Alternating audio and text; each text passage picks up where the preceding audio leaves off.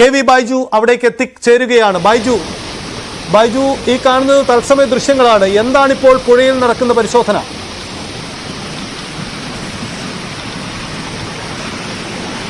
സൈത്തെ, തീർച്ചയായും അതാ തത്സമയ ദൃശ്യമാണ്. ഈ ദുരന്ത ഭൂമിയിൽ നിന്നുള്ള തത്സമയ ദൃശ്യം നമ്മൾ വീണ്ടും കാണുന്നു. അതാ നാവികസേനയുടെ തിരച്ചിൽ ആരംഭിച്ചിരിക്കുന്നു. അവരുടെ 3 സംഘങ്ങളായി ഇത്തരത്തിൽ പുറപ്പെടുന്ന ഒരു ദൃശ്യമാണ് നമ്മൾ ഇപ്പോൾ കാണുന്നത്.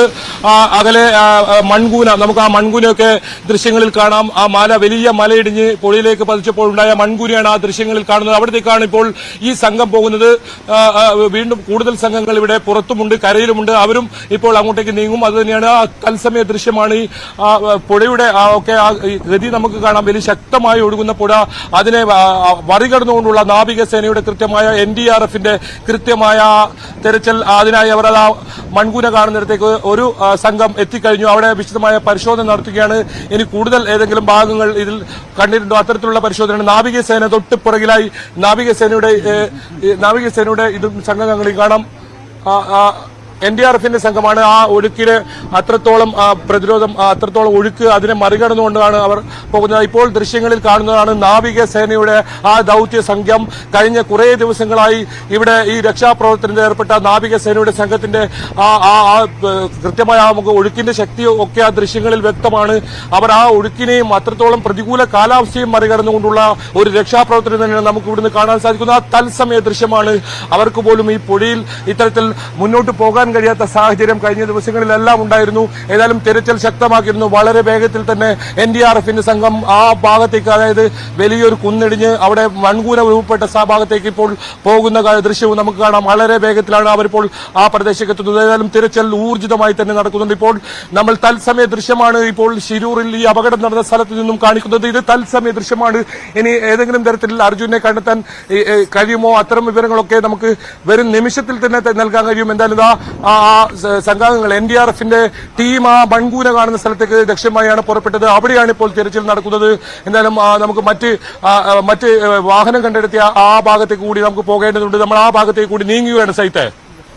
യെസ്, ആ ഭാഗത്തും കൂടി നോക്കട്ടെ. എന്തായാലും പരിശോധനയിൽ വ്യക്തമാണ് ആ ഭാഗത്ത് പുഴയിൽ ഇറങ്ങിയുള്ള നേവി സംഘത്തിന്റെ പരിശോധന. പുഴയിലേക്ക് മുങ്ങിത്താണുകളുടെ ഡൈവിംഗ് പരിശോധനയല്ല, മറിച്ച് പുഴയിലൂടെ സംശയകരമായ സാഹചര്യത്തിൽ എന്തെങ്കിലും ഉണ്ടോ എന്ന പരിശോധന കൂടിയാണ് ഇപ്പോൾ നടക്കുന്നത്.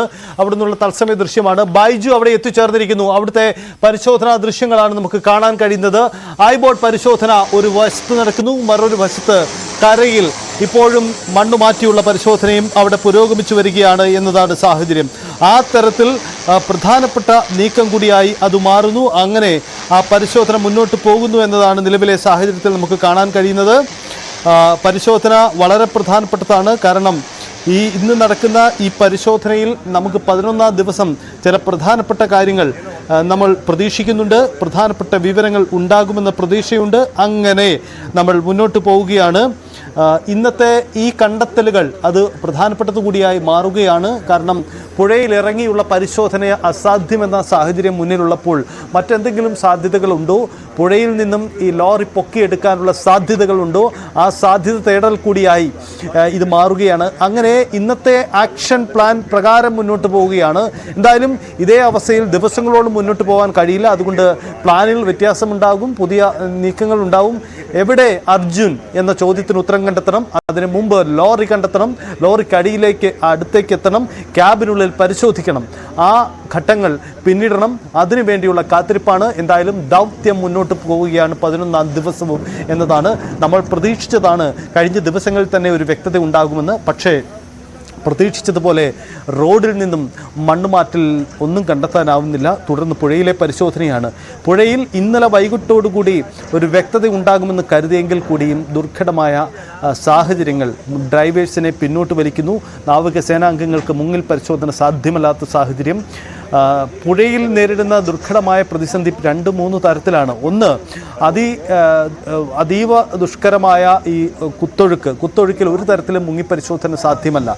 മറ്റൊന്ന്, ഇങ്ങനെ മലവെള്ളപ്പാച്ചിലിനിടയിൽ ഒഴുകി വരാൻ സാധ്യതയുള്ള ഭാരമേറിയ വസ്തുക്കൾ, മറ്റ് തടിക്കഷ്ണങ്ങൾ, മറ്റു വസ്തുക്കളുടെയൊക്കെ സാന്നിധ്യമുണ്ട്. അങ്ങനെയെങ്കിൽ അത് ഈ മുങ്ങൽ വിദഗ്ധരുടെ അപായപ്പെടുത്തിയേക്കാം. പ്രത്യേകിച്ച് ഓക്സിജനും മറ്റും സംവിധാനങ്ങളുമായി സിലിണ്ടറുകളുമായി മുങ്ങുന്നവർക്ക് ഇത്തരം എന്തെങ്കിലും ആഘാതമുണ്ടായാൽ അത് അവരുടെ ജീവൻ വേഗത്തിൽ അപകടപ്പെടുത്തുന്ന അവസ്ഥയുണ്ടാക്കും.